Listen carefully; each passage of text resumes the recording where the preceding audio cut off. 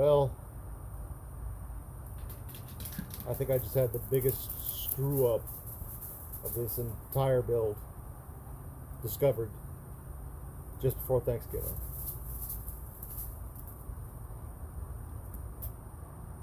Catastrophic even. Let me show you what I'm talking about. Alright, as many of y'all know, I've been struggling with the exterior of this camper for months now. And as in the last video, you saw me put up this stuff here so I could protect it just a little bit for just the season, so I was going to do poor man fiberglass on it. So, you know, the wood glue, drop cloths, all that good stuff. We used to make boats out of it, so I figured it'd work. So, had some spare time, had a buddy come over and help, bought a whole bunch of supplies, started working on it.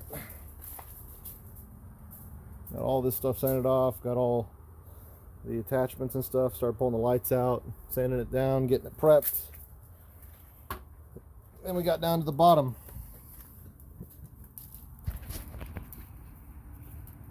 And it's rotted. The whole underside starting to rot. Hey, fun. Somehow the water's been getting down in between the wall and the sealant, and it started, hey dog, and it started rotting away the bottom. So you can tell just how bad it really is. Problem is the underside is protected by a plastic sheet. Dog, come on. Go on. So you can see, plastic sheet, but water was getting down this, getting in between the metal strip that I'll show you on the other side, and then underneath the plastic somehow. Either that or it was coming in the seams, getting into the wood, leaking down into the bottom, causing the entire thing to rot out. Like that's the entire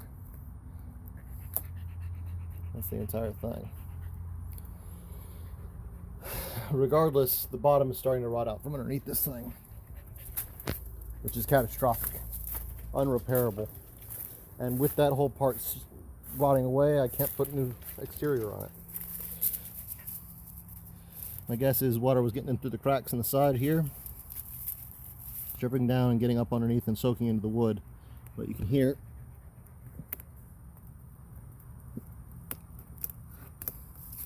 just how rotten it is back there. I haven't pulled that piece off yet, but I'm positive that it's actually a complete loss. So do not, under any circumstances, follow in my steps with this exterior. I've heard people using it on the bottom and having it be fine, but being exposed to the elements as an exterior siding, horrible idea. Learn from my mistakes. This is going to be an expensive one.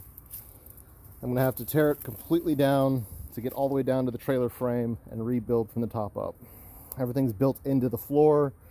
Nothing's removable. Can't repair it. The silver lining is I was actually planning on another trailer build after this one was done. And I'll be able to save almost everything on the interior. Everything on the interior is fine. So all the expensive stuff, doors, windows, bedding, TV, battery, electronics, lights, should be able to save all of that. So it'll help cut down on costs.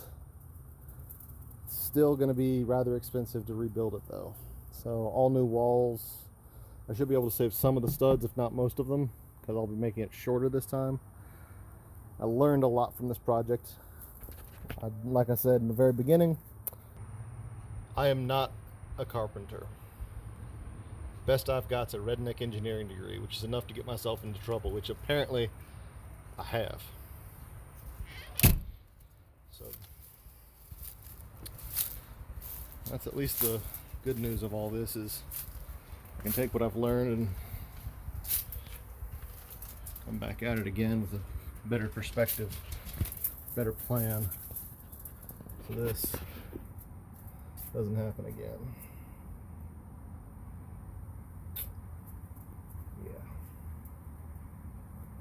Part of me is kind of relieved, because this was not easy to sand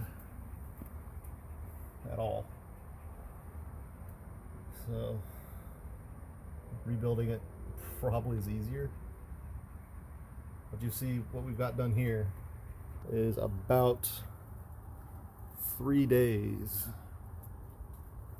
worth of sanding with 2 belt sanders and 2 people with 40 grit sandpaper, and that's what we got done. And I think that's the biggest insult to injury with this entire experiment with the exterior. Anywhere it's on wood, stuck. It would not come off. I mean, this stuff is on there. Anywhere there is a seam where I had the plastic dip for the rubber material so it would actually flex is where it failed. So seams are failing, wood is not. I think that's got to be the real just gut punch, is the fact that this would have worked had, you know, reality not screwed with me. But we'll probably have a video of deconstructing this whole thing, getting stuff taken apart and back into the garage, so I can actually start the process of rebuilding. I think I can get it streamlined. I've lined up some help, so I should be able to hopefully get this knocked out a bit faster than this one. It's going to be a little bit smaller. I'm going to stick to the 4x8 size of the camper over the trailer frame, because the whole loss of material, cut-offs to make it very strange sized.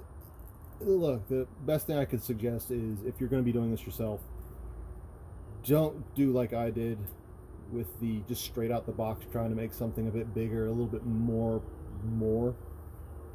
and try to stick to more basic. The new camper is going to have a 4-foot wide platform on it for the interior instead of the 5 and change, because I wanted that little bit of extra space. I wanted to have a couch in it, which was nice, but realistically it's probably not all that practical in a small teardrop or a square drop camper. I'm still going to have the TV in it. That was nice. We went camping last weekend. We used the TV, watched a couple movies. Having the electrical 110 in it was perfect, because my wife needed to actually use her computer for work and her battery died, so having the ability to have 110 off-grid was useful. We ended up using it. It was nice. All the stereo, everything like that, they keep all that. But as far as interiors go, simpler is better. Cabinetry, storage, and a bed. That's really what you need to look for. Try to keep in mind with the exterior, you're going to want to try to keep as close as you can to a 4x8 platform, simply due to the cutoff. I have an entire stack of plywood in weird shapes that I had to cut apart and cut with in order to make it fit on this camper. A lot of waste. So at the very minimum, the floor is 4x8. It's going to be the new one. The walls 4 foot tall at the max, and it might push it out to 9 feet, 10 feet, so I can use 3 sheets of plywood across the sides, 1 sheet for front and back. I might put a curve on the top. I'm not sure of the front. As far as the bottom goes, I think I'm actually going to build into the trailer frame and just put a piece of plywood directly on top of it for the floor. So the boxed in trailer frame will be part of my insulated floor.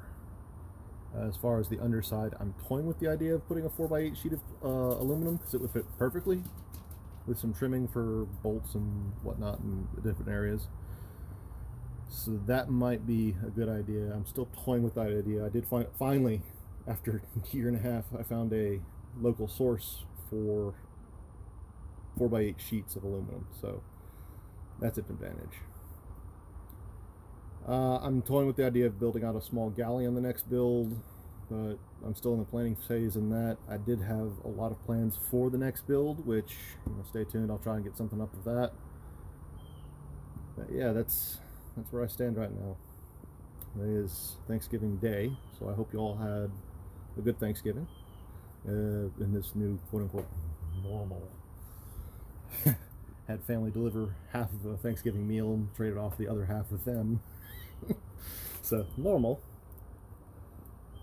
but I hope y'all had a good one, and hopefully next week I'll start tearing into this thing and taking stuff apart. Silver lining is we caught it now when we can still salvage a large portion of it, versus a year or two from now where it was rotting and falling apart and had the potential of literally falling off the back of the trailer frame. So yeah. Silver linings. Well, there's that. I'm going to chalk it up to an extremely expensive learning experience, and just take what I've learned and take it into the next one. Hopefully some of this information will be good for you guys. So anyway, thanks for watching.